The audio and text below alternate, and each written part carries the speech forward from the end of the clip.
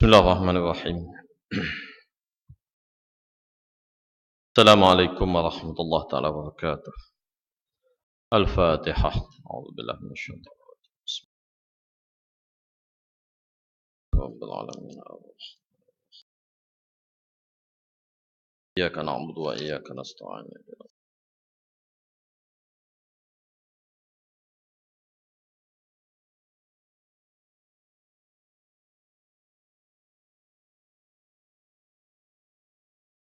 Alhamdulillah rabbil alamin wassalatu wassalamu ala asyrafil anbiya'i wal mursalin. Sayyidina wa maulana Muhammad wa ala alihi wa sahbihi ajma'in. Allahumma rabbana iftah bainana wa baina qaumina bil haqqi wa anta khairul fatihin.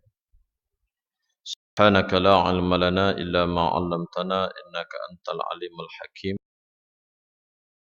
ولا حول ولا قوة إلا بالله العلي العظيم أما بعد. Yang dimuliakan imam-imam surau, pengurusi dan juga ahli jawatan kuasa dan juga calon-calon imam dan jawatan kuasa untuk sesi akan datang. Baik, kita sambung wakil melewatkan pembahagian zakat kepada orang yang berhak. Perbincangan yang lepas kita bincang dalam masalah melewatkan pembahagian zakat ataupun melewatkan keluarkan zakat dan serahan zakat kepada orang yang berhak. Pada hukumnya apabila cukup syaratnya dan mudah ataupun boleh diserahkan pada situasi tertentu, maka mestilah diserahkan dengan kadar segera. Dan kalau berlaku kerugian disebabkan lewat tadi, maka mesti diganti kerugian itu. Baik, kemudian wakil melewatkan pembahagian zakat kepada orang yang berhak. Kita serah pada wakil, tapi wakil tu pula lewat, lupa, lalai, terlengah-lengah, berlakulah kelewatan. Berdasarkan kepada kenyataan yang kita bincang dah lepas, jelas apabila pemilik mewakilkan orang lain menguruskan zakat hartanya dan dia menyerahkan kadar yang diwajibkan serta orang yang berhak mendapat zakat ini telah ditemuinya, maka wakil tidak berhak melewatkan penyerahannya kepada mereka. Sekiranya dia melewatkannya, dia berdosa dan bertanggungjawab terhadap harta tersebut. Kita dah serahkan pada amil, kita dah serahkan pada Pak Imam, dia sanggup. Pak Imam, tolong boleh tak saya nak bagi duit zakat sikit? Pak Imam mungkin tahu kot orang taman kita ataupun siapa-siapa yang layak terima zakat. Tolong serahkan, boleh tak? Pak Imam pun sanggup lah. Yang boleh insya-Allah saya serahkan. Apabila duit itu diterima dan Pak Imam memang dah kenali siapa yang berhak menerima zakat ini, tapi dilengah-lengahkan. Dengan kesibukan itu ini semua sekali dilengah-lengahkan sampai kepada tahun yang seterusnya. Tak, dilengah-lengahkan. Maka orang yang keluar zakat lepas, tak ada masalah. Wakil itu yang menanggung dosa. Di sini kami ingin menarik perhatian kepada pengurus pertubuhan-pertubuhan kebajikan, NGO kebajikan, jawatan kuasa kepada pertubuhan kebajikan ini.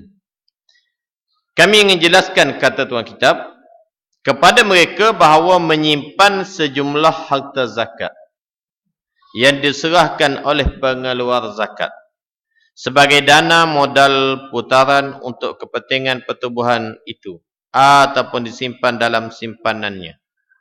Begitu juga menyimpan sejumlah tertentu harta zakat untuk diserahkan kepada orang yang berhak selama setahun dalam bentuk ansuran bulanan adalah perkara yang tidak dibenarkan oleh syarak dan bertentangan dengan apa yang sabit dalam hukum Allah Subhanahu wa taala yang mewajibkan penyerahan hak kepada tuannya dengan segera sewaktu dia berhak memilikinya.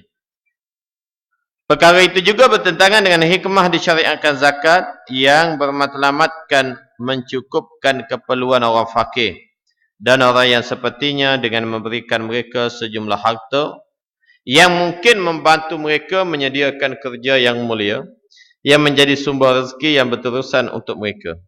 Dengan itu akan mengeluarkan mereka daripada senarai golongan fakir dan mereka yang perlukan bantuan dan memasukkan mereka ke dalam senarai orang yang berinfak dan baik hati lagi bersedekah. Kita tidak dipertanggungjawabkan untuk menguruskan orang mukallaf, iaitu pemilik hak harta zakat selagi dia berakal dan waras dari sudut zahirnya. Dengan itu kami merayu kepada pengurus pertubuhan kebajikan yang ikhlas supaya tidak melakukan kesalahan ini agar mereka mendapat ganjaran di sisi Allah Azza wa Jalla dan usaha yang dicurahkan untuk memberi khidmat kepada orang yang memerlukan tidak menjadi sia-sia. Baik, ini hanya sekadar peringatan kepada mana-mana pertubuhan, NGO, jawatan kuasa kebajikan. Apapun contoh yang diberikan, senarionya ialah kita menyimpan zakat ataupun kita sebagai pribadi perseorangan. Orang bagi zakat pada kita 5,000. Bagi zakat pada kita 5,000. Ustaz, ni zakat saya 5,000. Tolong serahkan pada orang yang berhak. Tolong serahkan pada orang yang berhak. Jadi dalam kita tengok dalam taman kawasan kita ni yang kita kenal, yang kita yakin sungguh dia ni layak menerima zakat. Tapi dia ni jenis boros. Kalau kita bagi 2,000 habis. Dia miskin. Tetapi dia ni berbelanja suka hati dia, boros tak beringat. Kalau bagi 2,000 habis. Bagi 5,000 sekejap. Sebulan 2 bulan habis. Kita pun duit 5,000 tu kita bagi 300 setiap bulan. Supaya duit tu dia tidak belanja dengan begitu cepat. Kita pegang. Jadi duit 5,000 kita bagi 300 tahun, baru 3,600. Berbaki lagi 1,400 kita tak settlekan zakat lagi. Perbuatan yang seumpama ini adalah dilarang. Sehingga masuk pada tahun lain. Satu, berdosa kita. Dan kalau tak masuk pada tahun lain pun tak dilarang juga. Kita tidak disuruh untuk tahan duit zakat kepada orang yang mukallaf. Makna orang yang akil balik, yang reti belanja sendiri. Masalah dia nak boros, dia nak apa, itu dia punya pasal lah. Tapi tanggungjawab kita sebagai orang yang menguruskan harta zakat, diamanahkan untuk sampaikan, maka kita sampaikanlah. Baik. Baik, pusat zakat. Pusat zakat, bagaimana dia uruskan zakat. Pusat zakat ni satu institusi, dia ada kadar-kadar tertentu lah. Kadar tertentu dengan makna, dia, wallahu alam, saya pun tak pasti di segi perincian dia macam mana. Cuma, dia dah ada hak-hak dia ataupun pengagihan, kadar pengagihan dia. Untuk sekian banyak dalam masa setahun ni, untuk sekian peruntukan, untuk fakir miskin, untuk pelajar, untuk itu, untuk ini dan sebagainya.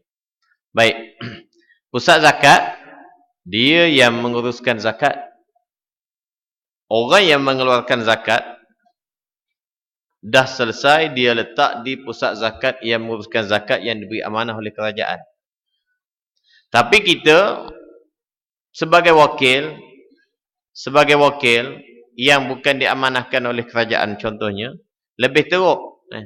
Maknanya lebih tak selamat, kerana duit tu belum lagi sampai kepada orang yang berhak. Pada masa itu, pusat zakat, kalaupun ada lebihan, dia dah bancian, dan orang yang berhak dah menerima hak mereka. Orang berhak dah menerima hak mereka pada masa itu. Jadi pada yang menguruskan zakat dalam institusi-institusi zakat yang dibenarkan ataupun institusi yang ada integritinya, yang ada tauliahnya, sebab itulah dalam ni pun dia kata lebih baik diserahkan kepada pusat zakat dalam keadaan kita tidak terjamin. Tetapi dalam keadaan terjamin, maka boleh kita tak serah pada pemerintah. Kita uruskan sendiri yang zakat. Mari kita baca sambungan.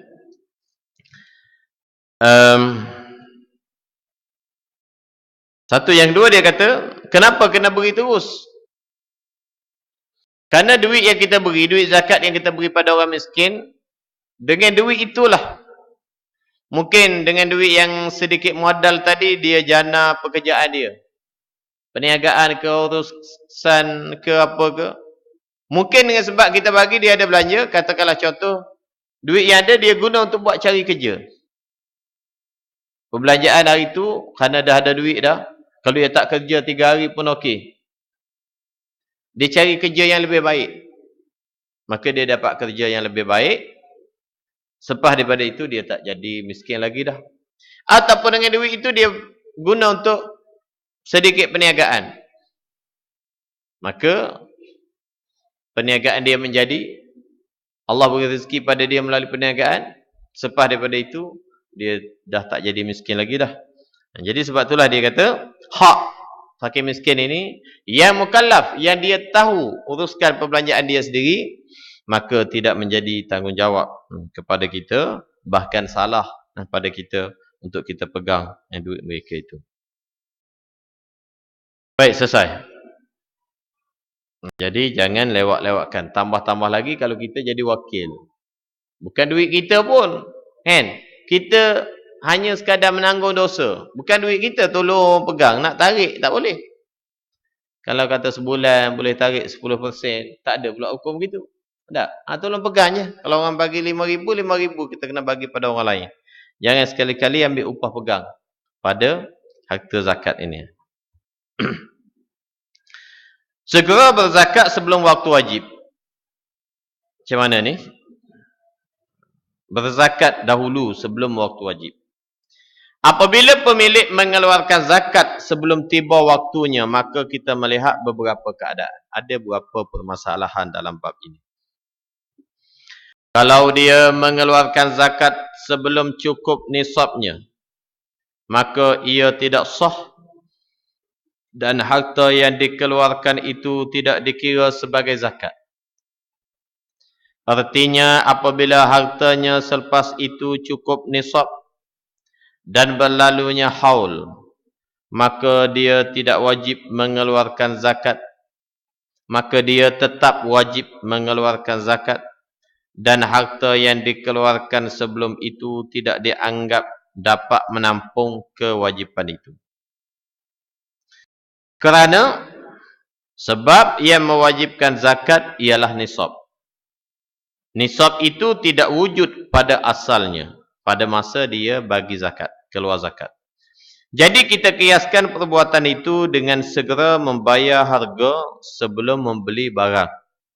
Ia tidak dianggap sebagai bayar harganya dan dia tetap wajib membayar harganya selepas akad jual beli. Ini kiasan kepada muamalat. Tetapi jika dia mengeluarkannya selepas cukup nisab dan sebelum berlalunya haul, maka ia adalah sah dan harta yang dikeluarkan itu menjadi zakat harta yang wajib dikeluarkan zakatnya.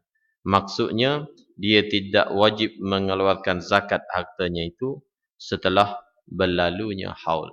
Jadi ada dua keadaan. Kita keluar cepat. Dia keadaan pertama dalam masalah nisab dan yang kedua dalam masalah haul. Nisab kadar cukup, tak cukup harta itu sehingga wajib keluar zakat. Itu nisab. Manakala haul cukup pusingan 1 tahun.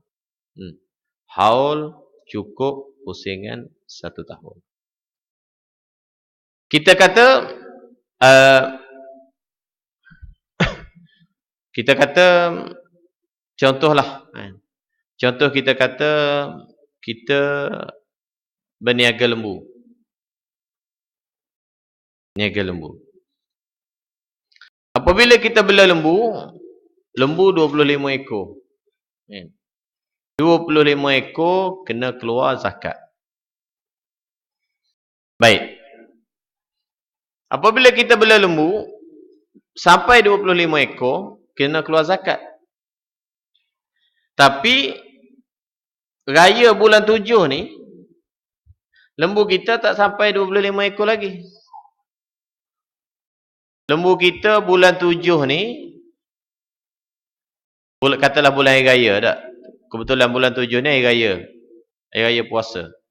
Lembu kita baru ada 23 ekor. Ada 5 ekor lembu betina, ibu lembu sedang bunting. Bulan 9 dia akan beranak. Jadi sekarang 23 ekor. Bulan 9 nanti dia akan jadi tambah 5. Dia akan jadi 28. 23 ekor tak cukup nisab lagi. Kerana cukup nisab 25. Tapi oleh kerana sempena hari raya, adalah majlis masjid buat, surau buat majlis pembahagian zakat, pembahagian sumbangan kepada fakir miskin. Kita pun tak apalah ustaz, ambil lembu saya lah seekor.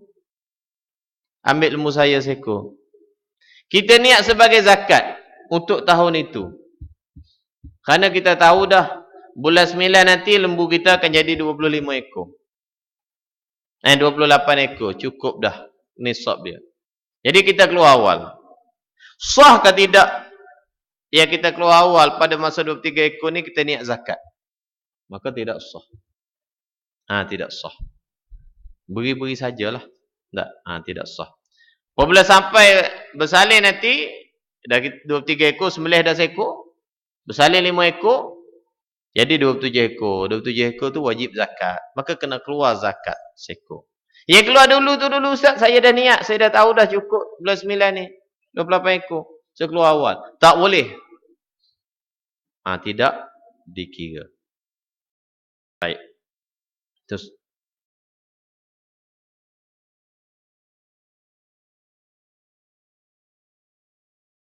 dia apabila setengah keadaan tidak berpandukan kepada tahun lah. Ada. Gambarannya begitulah. Gambaran yang tidak berpandukan kepada tahun. Contoh kita kata yang tidak berpandukan kepada tahun, tanaman padi. Tak, tanaman tidak berpandukan pada tahun. Satu musim menuai. Satu musim menuai. Jadi musim menuai ni contoh yang kedua, musim menuai padi ni kita kata kita tanam padi banyak. Oleh kerana banyak sangat, kita dah bajet dah. Kita tuai padi yang ni bulan 6, yang ni bulan 7. Tapi kira satu musim lah tu, cuma kita bajet. Yang bulan 6 ni nisab tak sampai lagi. Apabila campur dengan yang bulan 7, barulah sampai nisab. Apabila bulan 6, kita dah keluar awal. Sebelum cukup nisab tuai tadi. Maka yang keluar awal tu, dalam masalah nisab, nak diceritakan, dalam masalah nisab, tak cukup, tak boleh kita keluar awal. Tidak sah kita keluar awal. Kena cukup nisab. Tapi dalam masalah haul lain. Dalam masalah haul tak apa. Dalam masalah tempoh setahun. Dalam masalah tempoh setahun tak apa. Kita simpan duit kena haul. Kena cukup setahun simpanan. Simpanan kita bulan 1, kita letak simpanan kita sebanyak 50,000. Bulan 1, 50,000. Bulan 2, adalah berlaku musibah ataupun ada berlaku sesuatu, orang miskin datang ke, fakir ke, student ke, mu'allaf ke, apa-apalah yang berhak menerima zakat. Dia datang minta zakat dengan kita. Maka kita ada duit simpanan 50,000 baru sebulan. Cukup dah, nisab dah cukup.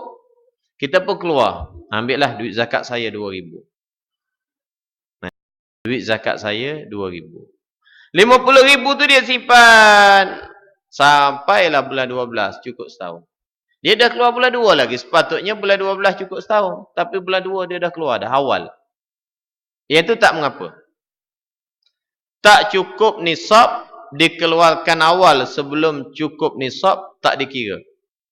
Tetapi apabila dah cukup nisab, dikeluarkan awal, walaupun belum tempoh 1 tahun pada masalah yang mengira haul, maka itu dikira sah zakat dia.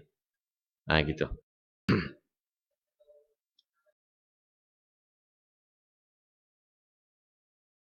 Yang pendapatan. Pendapatan dia kira lain, dia tidak kira simpanan. Tak. Pendapatan dia tidak dikira sebagai simpanan, dia lain. Zakat pendapatan dengan zakat simpanan dia ada lain sikitlah. Dia tidak dikira. Ana pun tak pasti detail pengiraan dia, tapi dia tidak sama. Ya. Pendapatan ni mungkin dikira berdasarkan kepada, dikiaskan pada tumbuhan ataupun tanaman. Wallahualam, kena cek detail. Sebab dia kira zakat pendapatan, kalau kira tak cukup, kan? Kalau kira tak cukup kadar, tapi keluar setiap bulan begitu. Jadi paling hampirnya dikiaskan kepada tumbuhan, kepada tanaman. Maknanya tidak tunggu tempoh haul setahun, tapi apabila dapat terus potong. Kan? Wallahualam, siapa yang tahu dia kias kepada mana?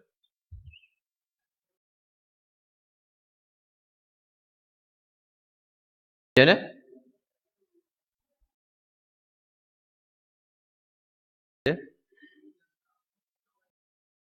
Ada negeri yang tak wajib. Sebab zakat pendapatan ni khilaf. Zakat pendapatan ni khilaf. Dulu tak ada. Dulu tak ada zakat pendapatan. Ulama semasa mengira dengan kan kita dapat pendapatan yang tetap. Maka ulama semasa ada dalam huraian hadis tentang zakat pendapatan. Maka ulama mengambil kira zakat pendapatan juga adalah wajib. Walaupun begitu, tidak semua orang buat zakat pendapatan. Kerana dia adalah benda yang khilaf. Tak buat, kita meletakkan dia tahu diri dia sendiri, kan. Tak buat tak berdosa, buat sah dapat pahala. Dikira zakat. Yang potong zakat pendapatan sah dikira pahala lah, dikira zakat. Kerana ulama kata itu zakat.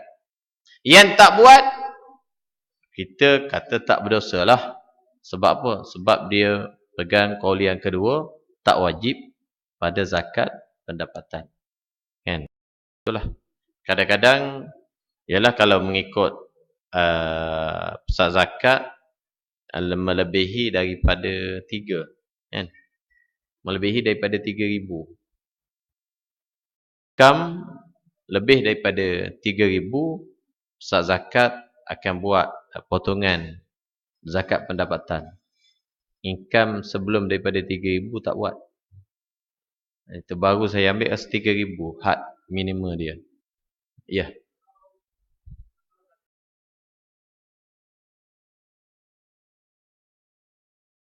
Ya. Tu kata lain. Simpanan kita kena bayar juga. Simpanan kita kena bayar. Kalau kita potong zakat pendapatan sekalipun, yang simpanan kita kena bayar juga. Yang cukup setahun simpanan kita tu, kita kena bayar juga. Walaupun kita dah buat potongan gaji, kan? Potongan gaji pada pusat zakat lah. Potongan gaji kepada apa? Hasil tu, itu lain cerita.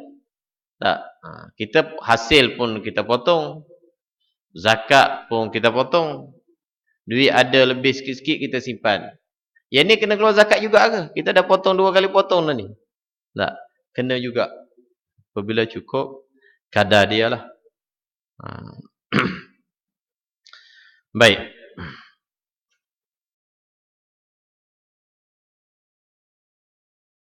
Contoh tak cukup haul ni, tak sampai tempoh kita keluar awal ni. Contohnya masuk je 2 Ramadan ataupun 1 Ramadan, 2 Ramadan, kita bayar zakat fitrah. Masa tu tak wajib lagi. Wajibnya pagi raya tu. Hidup sebahagian daripada bulan Ramadan dan sebahagian daripada bulan Syawal. Wajib zakat fitrah. Kita 1 Syawal seronok, bayar zakat terus dah. Pak Imam, ni zakat fitrah saya 7 orang. Ada? RM50. Raya sebulan lagi. Tapi kita bayar awal. Tak wajib lagi pada masa tu.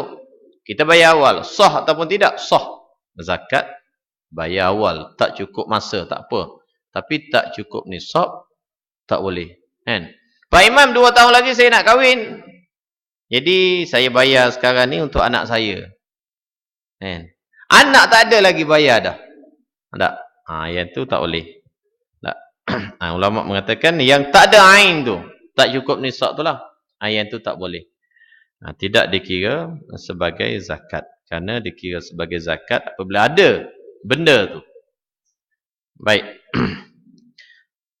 Kemudian syarat sah disegerakan zakat. Apabila seorang menyegerakan pengeluaran zakat hartanya, maka dia tidak lagi wajib mengeluarkannya apabila berlalunya haul.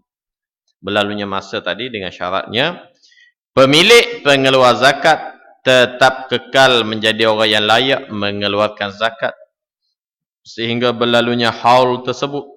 Sekiranya kelayakan ini hilang, seperti mati sebelum berlalunya haul, maka harta yang segera dikeluarkan itu tidak dikira sebagai zakat.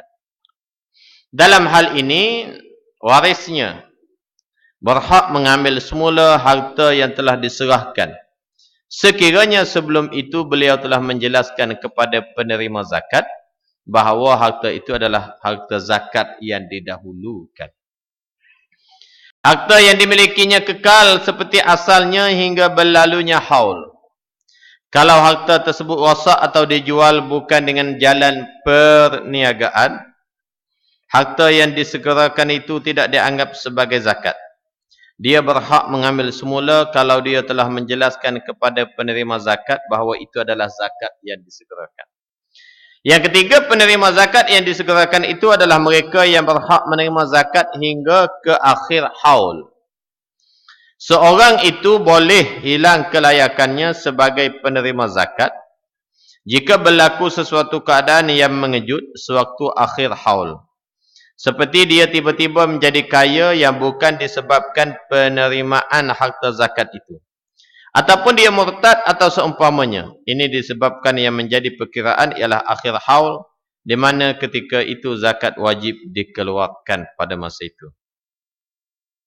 Berdasarkan kenyataan di atas, sekiranya pada akhir haul penerima zakat yang segera dikeluarkan itu terkeluar daripada senarai mereka yang layak, maka harta yang dikeluarkan itu tidak dianggap sebagai zakat.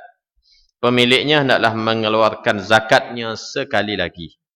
Perlu diperhatikan, sekiranya dia berkata sewaktu mengeluarkannya, inilah zakat saya. Sekiranya dia berkata, inilah zakat saya, dia berhak mengambil semula harta yang diberikan. Sekiranya dia tidak berkata begitu, maka dia tidak berhak mengambilnya semula. Baik, faham dah kan? Ini masalah zakat yang didahulukan ataupun zakat yang disegerakan.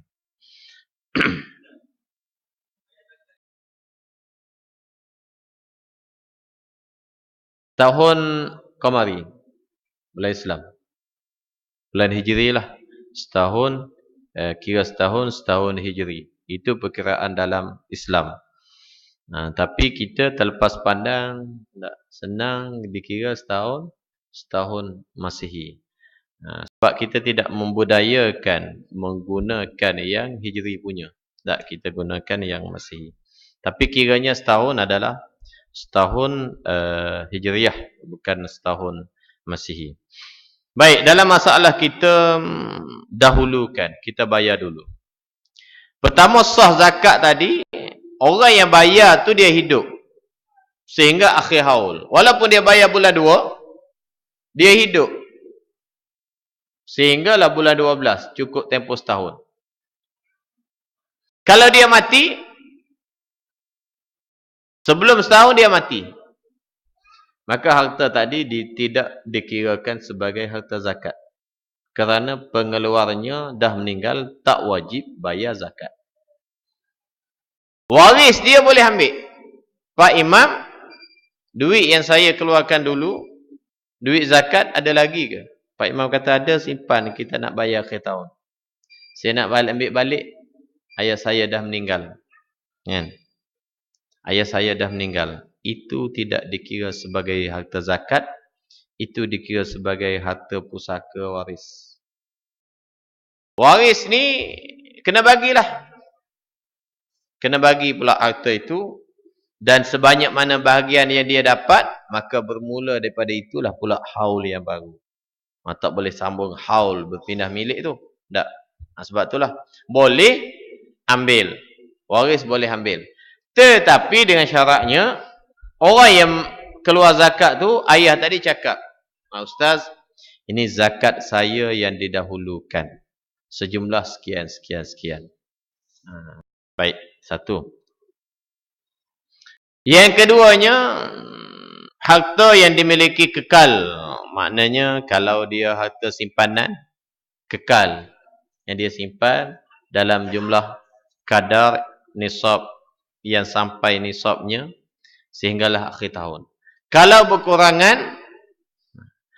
berkurangan tadi, dengan sebab, kita kata sebab perbelanjaan, sebab anak ditimpa sakit, musibah dan sebagainya, perbelanjaan yang diharuskan, maka terpaksa keluarkan duit simpanan itu, sehingga duit simpanan jadi kurang, maka yang kita keluar dahulu itu juga boleh diambil.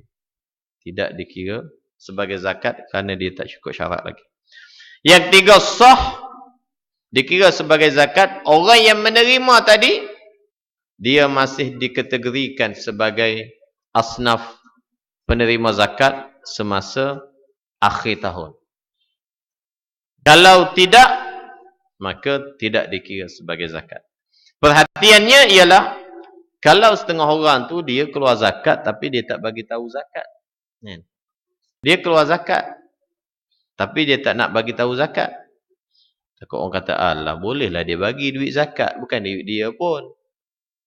Jadi orang minta sumbangan, mari student minta, Haji saya minta derma sikit, saya nak pergi belajar di Mesir. Ayah saya baru meninggal. Ini tahun lah saya nak periksa, saya kena pergi, duit nak tambang tak ada. Tak apalah. Tambang berapa? 1,500. Ambil pakcik bagi. Kita niat zakat. Perlukah bagi tahu pada orang tu ini zakat? Tak perlu. Sah zakat walaupun kita tak bagi tahu. Sah zakat. Tapi kalau kita tak bagi tahu ini zakat yang didahulukan, haul tak cukup lagi. Sepatutnya haul cukup akhir tahun, tapi dah ada budak datang minta, dia keluar dulu. Tak cakap zakat. Apabila tidak cakap zakat, berlaku apa-apa kes, duit yang dikeluarkan tadi tak boleh tuntut balik. Kerana itu boleh dianggap sebagai sedekah. Apabila sedekah, tak boleh nak tarik balik. Tak? Apabila sedekah, tak boleh nak tarik balik. Kemudian, apabila zakat, zakat yang sah, tak boleh nak tarik balik. Kita beri zakat pada seseorang. Cukup setahun, dia bergaduh dengan kita. Zakat tahun lepas, bayar balik. Tak? Tak boleh. Adakah orang buat kerja begitu? Tak. Ada juga orang kerja begitu. Tak? Pelajar-pelajar Selangor kena bayar balik duit zakat. Kan? Ada juga. Baik.